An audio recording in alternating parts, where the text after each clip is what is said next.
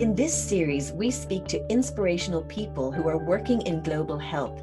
They share their journeys about where in the world they have worked, the issues they are passionate about, and how they got involved. Whether they are students, young professionals, or established in their careers, they all have one thing in common: to change this world for the better. Majo Rivas is Paraguayan-Irish and she lives currently in Cork. She has worked in advocacy in sexual and reproductive rights, migrant rights, and disability rights. Almost all of her immediate family, whom she misses very much, is in Paraguay, so COVID vaccine inequity is particularly close to home. People praise what I do and my passion, and I was like, no, I'm just angry, really, and I'm angry because it's people I care about. So I think if everyone could understand that the people who can't access vaccines right now, they are people. They are other people's family and friends and loved ones and teachers and doctors and the postman. They are people, and I think that's really important. And we have to get that there. And it's like, look, okay, there are people. What next? And what are we going to do about it? And I think signing the vaccine petition, that's really good. But something that I would always say to people is like, contact your local TD.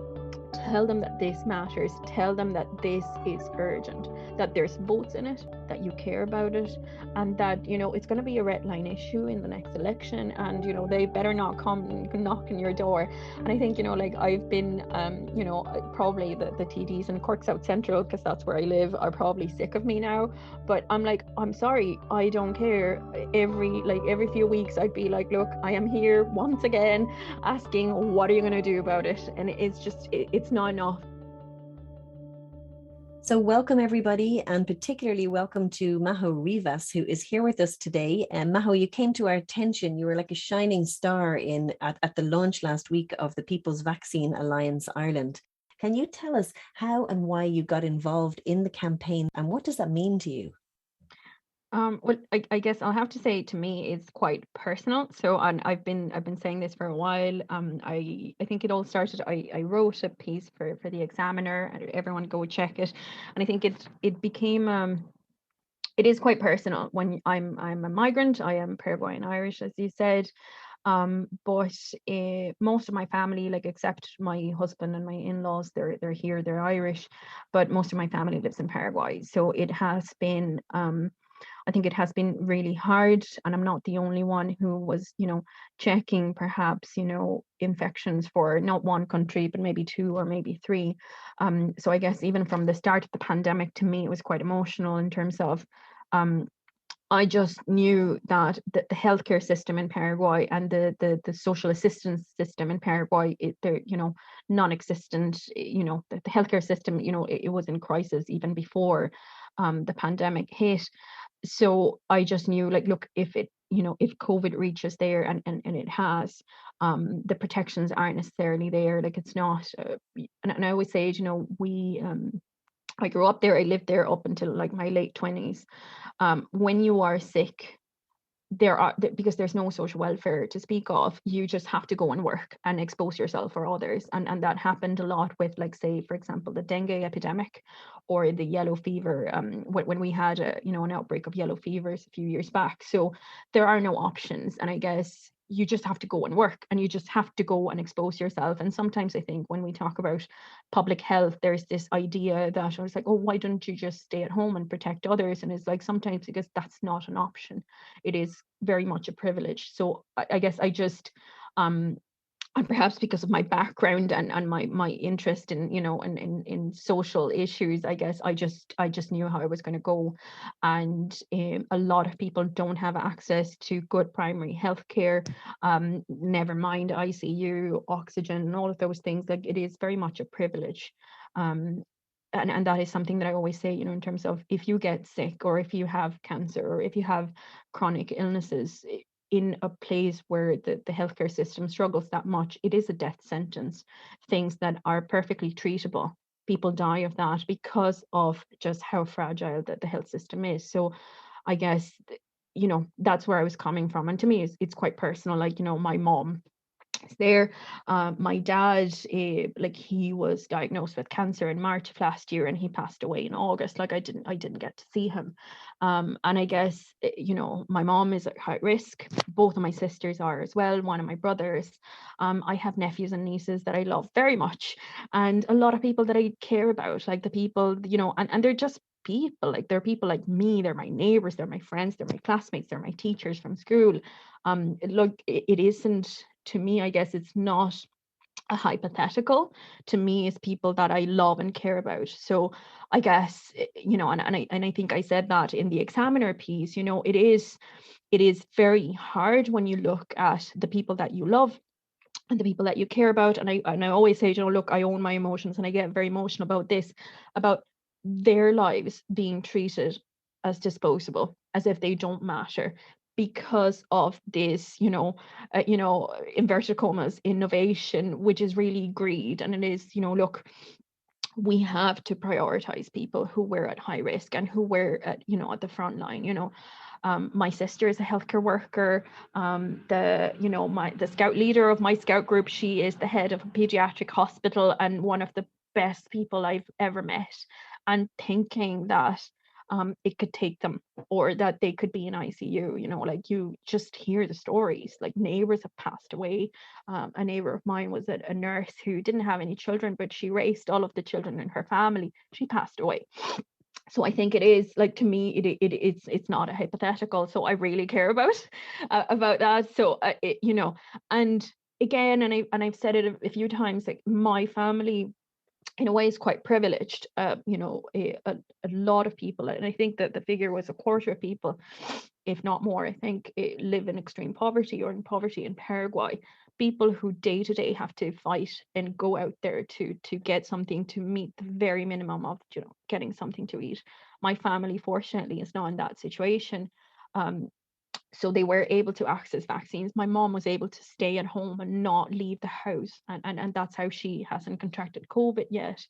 But not everyone has that, and I think, to me, thinking, it is about my family, but it's also about the people around them, and I think I'm very conscious about public health and I guess general social issues, that it, you're not on your own. So if society, if the community around you is not okay, how can you be okay? Like my youngest nephew, he's 5, and he's going to school, and if the parents of the kids that go to the same school, they don't have access to the vaccine, what could happen to him? So I think it is just it's a microcosm for what is happening in the world. You cannot be safe unless those around you are. So I think, being selfish is actually just being really silly. So that's a very long answer of why I care, but it's just like, to me, it is about love. Yeah. Yeah, no, I can hear it. It just comes through you. It oozes out. And I think it just helps connect all of us to all of the people that, the people, and rather than the statistics around COVID. And I know, Majo, you mentioned like people in Paraguay who are, just really dealing with poverty on a day-to-day basis, and the lack of the social system as well as, of course, the health system. And, what does that look like for people in Ireland who, may be interested in, what does that look like for people who are really, in poverty, and then COVID hits? What does that look like practically? Well, look, I think it's very much a day-to-day thing. Like, I think you go and you work, and whatever you earn that day, that's what you use to eat and to pay your rent and to pay everything that you need to cover. Like, a lot of people are, like, I think the precarity of the family economy is something that is very evident to me. Again, fortunately, that's not the situation of my family, but I guess you live the day to day. So if you are sick for one day a week, most people do go to work sick, whatever the disease is. So I think, when you are too sick to even be able to go to work, not only you are risking yourself, but it's your whole family will go hungry. And I think that's just something, it's very real. And I think there's a lot of the romanticizing perhaps about, you might have stories about, like, oh, this old lady who worked all her life and at age 80 died in a market. But it's like, she didn't ever get a chance to retire. And that is very much the reality of the economical, the financial support that people don't have access. You have to work literally in most times until you're drop dead. There is, like some people have access to pensions, others don't. And I think, when it comes to accessing health, it's quite difficult. Like a lot of people may not necessarily have access to good healthcare. Like there are things that are quite good in terms of, um, say for example, giving birth. It's something that most maternity hospitals you will be able to go and give birth. But if you not necessarily everyone will be able to afford to have a car, or they might rely on someone else for transport, so that's an issue as well. Accessing the higher level, the higher complexity of care can be an issue. A lot of them would be centered around urban areas, so you have people who are living in rural areas, and I think that's something that is going to be very close to a lot of people in Ireland here, but it's much, like you don't have the resources to get there. So it is quite hard to reach a place where there is maybe higher complexity.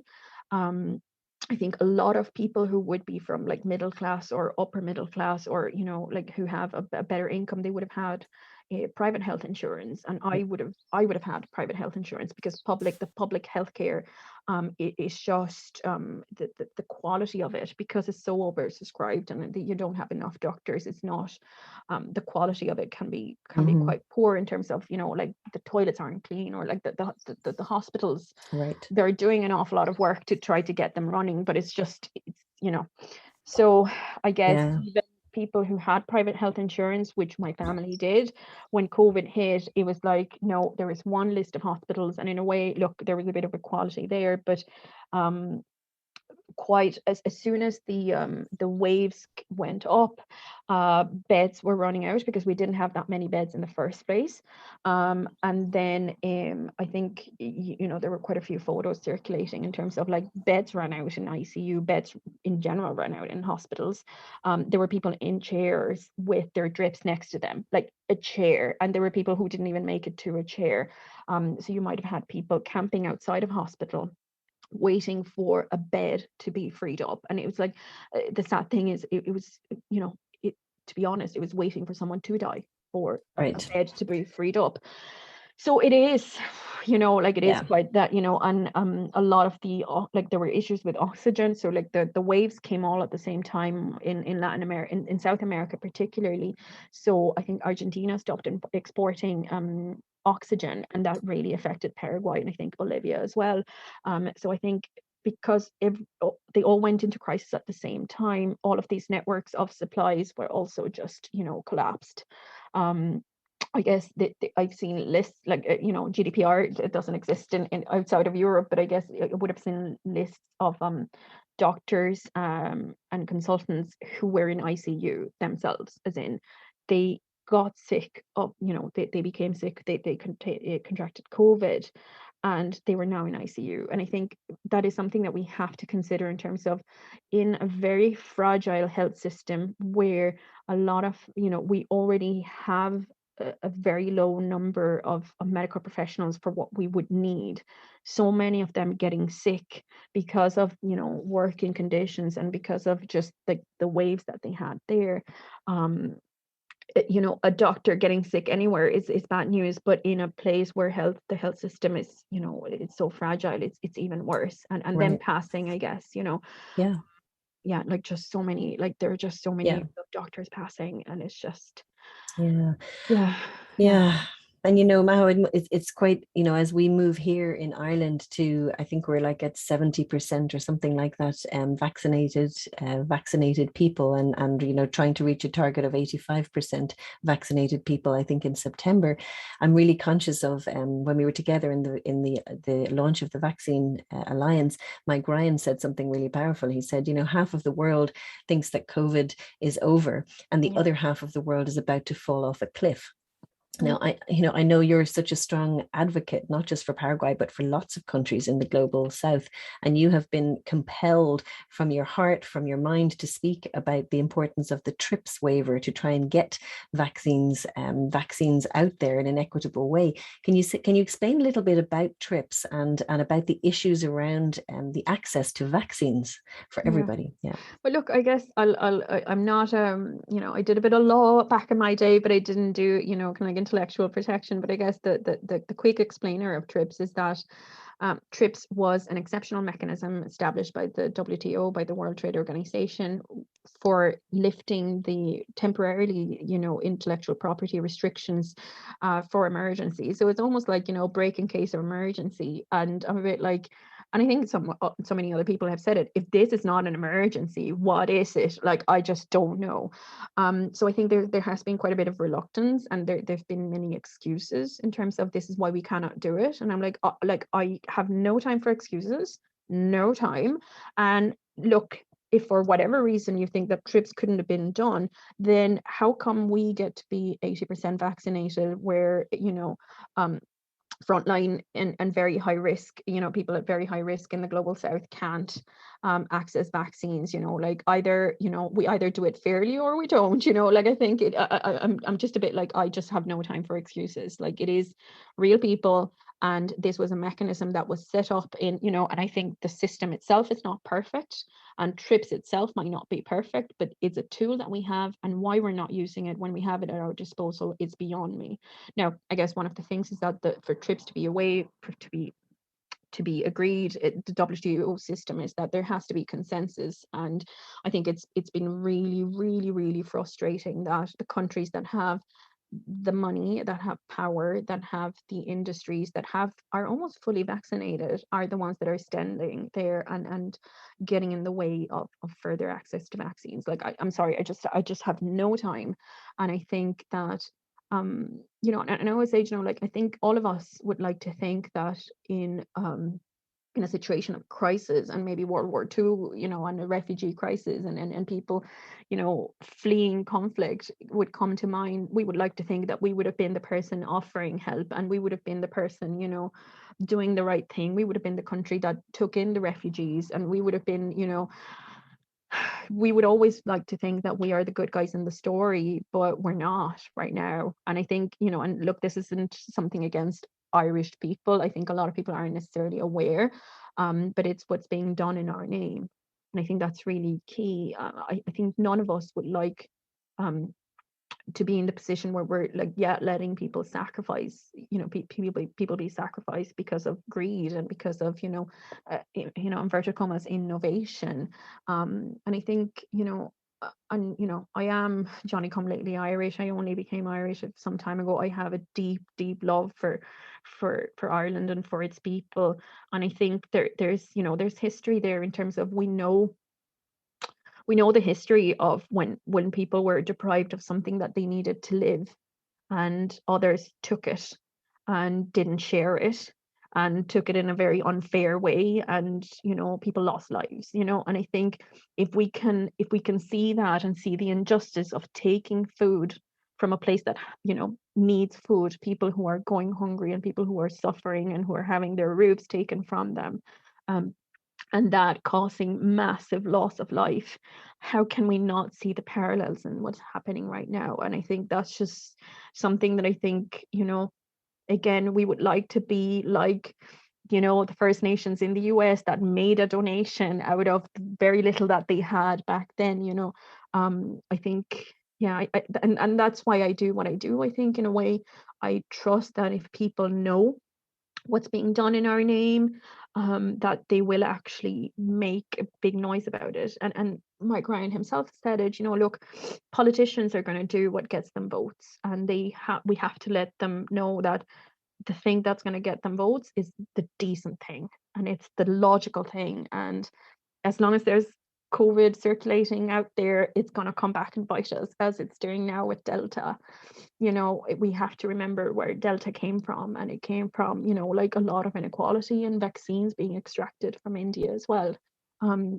So it's just not logical at all. So No, no, I love what you're saying. Just do the decent thing. And I think yeah. people listening will be thinking, what can I do? Is there something I can do? And I know during the launch of the campaign that is now up and running and will continue to run over the next year or however long it is required, people can definitely take an action to sign the petition to try and increase Ireland's support on the TRIPS waiver, to donate to make sure that we increase our contribution to support COVAX and other WHO mechanisms that are increasing vaccine equity.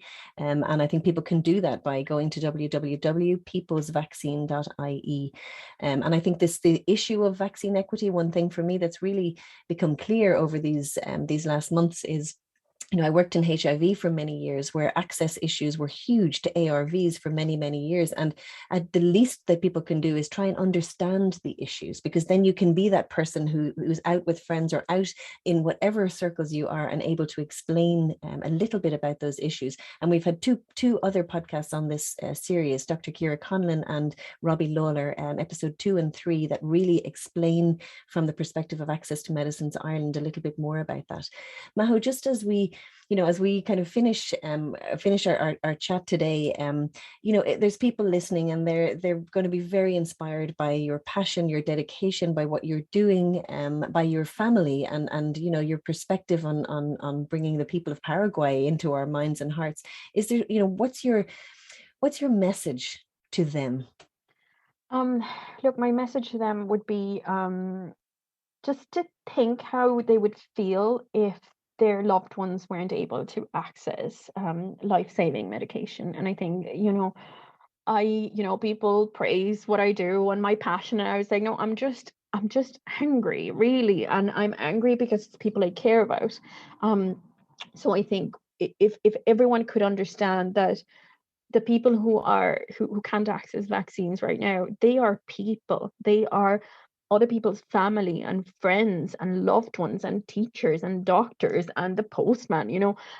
They are people, and I think that's really important. And we have to, get that there. And it's like, look, okay, they're people. What next? And what are we going to do about it? And I think signing the vaccine petition, that's really good. But something that I would always say to people is like, contact your local TD. Tell them that this matters. Tell them that this is urgent, that there's votes in it, that you care about it, and that, it's going to be a red line issue in the next election, and, they better not come knocking your door.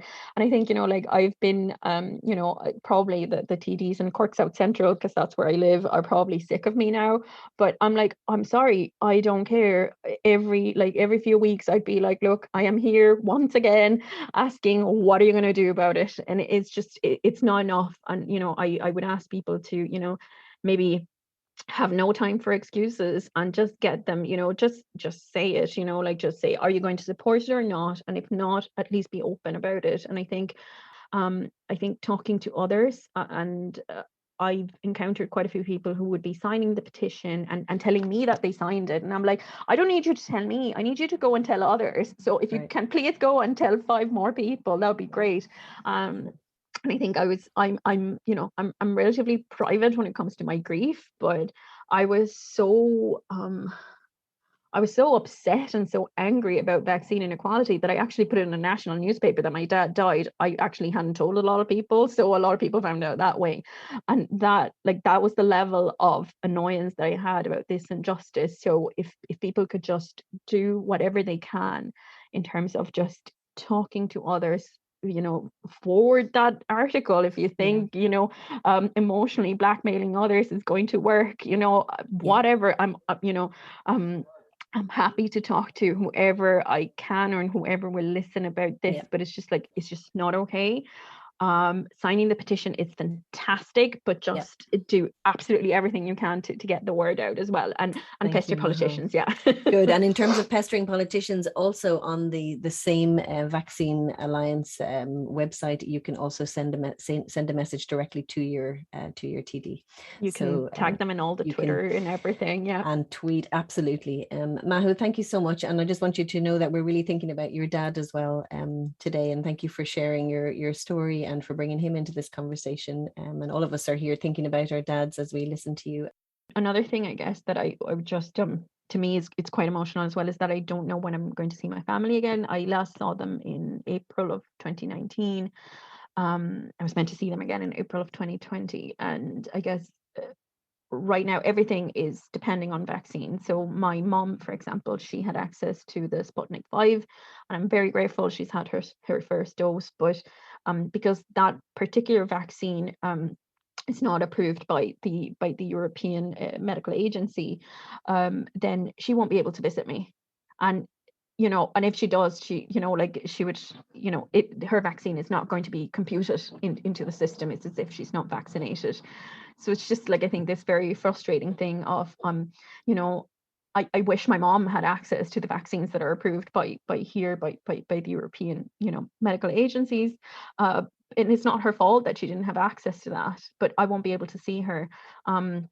And one of my sisters, who's a healthcare worker as well, she had access to one of the Indian vaccines, not the AstraZeneca, the other one, and she won't be able to visit me either. And it's and to me, what's the option? Like, I'm terrified of visiting, first of all, because I'm myself I am, I think, in a high risk group, because I'm taking immunosuppressants, and long flights, and being in an airplane for a long time. I would just be terrified of catching COVID from another passenger. And then what if I take Delta to Paraguay? I don't want to be the European who takes the disease that's killing others, replicating colonialism back from them. So I think I don't know when I'm going to see my family. And I think that's really, to me, it's just, so when people tell me, oh, I miss my family, I'm just like, oh, let me tell you, until, like, I haven't seen my nephew. Was last like 3 or 4 when I last saw him. And I bought this pair of shoes for him, and I just had to give him away because it's not going to fit him anymore. And the thought of maybe not being able to see someone in my family if they pass during the time that I'm not able to visit, however many years that is. Again, this is very emotional. So it's just the general unfairness. I'm a bit like, not only the EU is getting in the way of my family accessing vaccines, but the vaccines that they were able to access because of other countries producing them and sending them to Paraguay, they're not accepting those. So I'm a bit like, what is happening? So yeah, that's very frustrating a bit as well. So yeah. Look, I own my feelings. Yeah, no, thank you for that. I think that's it's just really, it just shows the layers of inequity and the complexity of this. It's there's layer after layer. So thank you for that. And for a few months, and just a bit of topical information, for a few months actually, from January up until very recently, Brazil and neighboring countries, including Paraguay, were visa required. They previously weren't. I used to work in the immigration sector, so I'm overly familiar with the system. So people coming from Brazil or from Paraguay, even if they were family members of EU nationals or family members of Irish nationals, they had to apply for visas. But those visas weren't being processed. So a lot of families were separated because of that. And they were already on the mandatory hotel quarantine list. So it was just, and right now, and I think maybe that's for another conversation, I always look at the mandatory hotel quarantine list, and I'm like, okay, you look at the countries that are there listed, and there's something in common, and there are other countries that are not there when you look at the infection rates. It just doesn't make sense. So it's like there is a bit there in terms of who is, who gets to be put on the list, and and just the I guess the added barriers for people to see family, and right. So many refugees as well. And it's really not over. That's such a powerful message of this conversation. To people, it's just really not over. And it's not going to be over until everyone everywhere has access to vaccines. That's it. Thank you. Thank you. Thank you. So thank you for joining us today. If you want to know more or get involved in the Irish Global Health Network, then go to our website. You can sign up for free to become a member at www.globalhealth.ie. And we very much look forward to the next episode.